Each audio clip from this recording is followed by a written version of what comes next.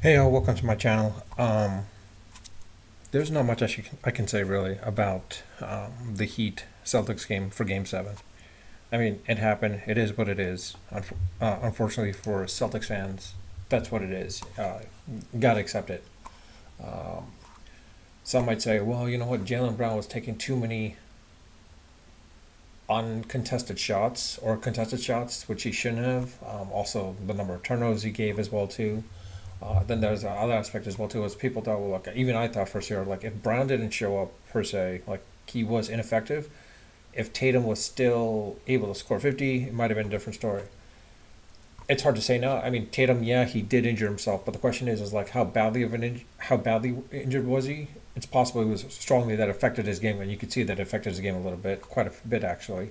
But the real question comes down to is even if Tatum was healthy, would that still have helped? Because one of the things is Brown was still giving out turnovers.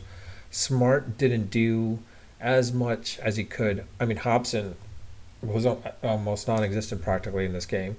So was the Williams, both Williams. They were both non-existent at that point as well too. So it's surprising that Blake Griffin wasn't even played. I mean, they should have just played him if that was the case.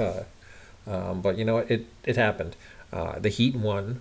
They're in. They're in the finals. I did mention a couple of my channels before that, or a couple of videos before. Sorry, that if the Heat were to win in Game 7, chances are they're not going to beat the Nuggets. They might, depending on Game 1 how it plays out. If they lose in Game 1, chances are the Heat's probably going to lose in 5 to 6 games. Not getting swept, but definitely 5 to 6 games. Definitely hard fought battle. The only thing is Butler, yeah, he can hold up his own, but the thing is like Adebayo might be able to stop, maybe stop Jokic a little bit or contain him, but you're gonna have to double team him at that point, and that leaves Murray open at that point. And Murray, uh, I mean, honestly, if he plays the way he's been playing with the rest of during the playoffs, um, it's probably going to be him that's going to beat the Heat then at that point as well too. To be quite honest, if they contain Jokic, you have to contain Jokic for that. But if you contain him and double team him, someone's got to keep Murray in check. Because if you don't keep Murray in check, then they lose at that point. But the question now comes down to is let's just see what happens in Game 1. Find out what happens and see how that works out. I mean, now Denver, they've had quite some time because they swept the Lakers. Are they going to be rusty coming out rusty, or are they going to see how the Heat played? Because remember, this is one thing that we do realize is the Heat know how to adjust to the teams that they play. So let's see how they adjust to the Nuggets and how they play. I mean, they're really good at looking at game films and such, and going over it and then working it off. But there was a case where they said basically that the last time the Heat have beaten the Nuggets was in 2016, I believe. Um, I don't quote me on that. I think I remember hearing it somewhere, so that might be the case. I don't know. But the real thing is basically, can this be a case where a number 8 seed actually wins a final? We'll see. Uh, Now with the Celtics, I don't know what happens with the Celtics. I'll go off into another video about that maybe. I honestly I don't know if that's worthy of it, because quite honestly, um, if Brown is kept, because they're going to keep Tatum, and they're going to the question is, do they max out on Brown? Um, Brown was good to bring him in there. The thing is like, do they keep him? The thing is, if they do, they're going to be over the limit at that point, luxury taxes and such. So I hate to say it, but they need to bring a third person in play. Smart's not that point guard. If they could bring in a Damian Lillard over, I mean, there's those talks and rumors about Damian Lillard coming into the Celtics for Brown, replacing Brown or replacing Smart, whatever it may be. Um, let's see what Portland does, honestly, because I don't know what Portland does. With the Knicks, I'll actually talk about that in my next video, actually, which right after this, talking about the Knicks a little bit and what they should do. Basically, there's all these stuff going around. I think I've told it in the past with some of my past videos, but with that, I'll leave it at that. So my assessment right now is this: depending on game one, if the Nuggets beat the Heat by 5 points or more, look for the Heat to lose in 5 to 6 games, or the Nuggets to win in 5 to 6 games. If the Heat win game one,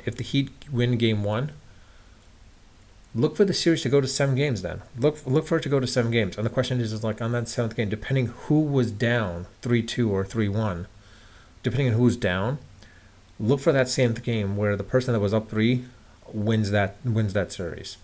I have a feeling it might not be the case. It could be the Heat, depending on how games 2 and 3 play out. If the Heat were to win game 1, lose game 2, but win in game 3, then look for the Heat to actually win in 7 games. I could see that happening.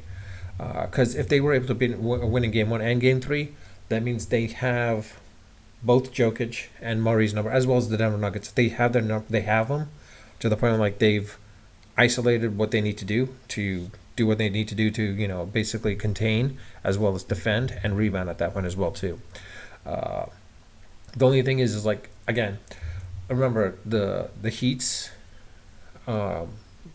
biggest quality is they know how to adjust to each team basically, and that's where Spoelstra's genius comes into play at this point. Like the fact that he knows who the players should be playing on that floor at that point in time and working those. The only way I can see the Nuggets sweeping the Heat is if Butler gets injured and he kind of rolls his ankle or something like that. I don't think Love's going to be a factor into this game, of course, in this situation. Adebayo should have a big factor into this game. I think you're going to see a lot more passes inbound into the lane for Adebayo to like score more basically at that point. Of course, looking for him on the defensive presence as well as the offensive boards or rebounds basically at that point. But with that, I'll leave it at that. Let me know your thoughts. Please leave a comment in the comment section with your thoughts. Do you agree, disagree? Do you think the Nuggets win this series, or do you think the Miami Heat wins this series? Do you think the Heat win in 7 games, or do you think that the Nuggets win in 5 to 6 games? And also, do you think that Brown gets traded and break up the Tatum Brown tandem, or even the trio with Smart as well too? If those two go away, keeping Tatum and then like surrounding with better players, or more so keeping Tatum and Brown, but getting rid of Smart and bringing in another player that's a better point guard than Smart, I guess. Put it that way. Hobson, I think he's going to have to go. And the Williams, it depends what happens there, but we'll see. With that, I'll leave it at that.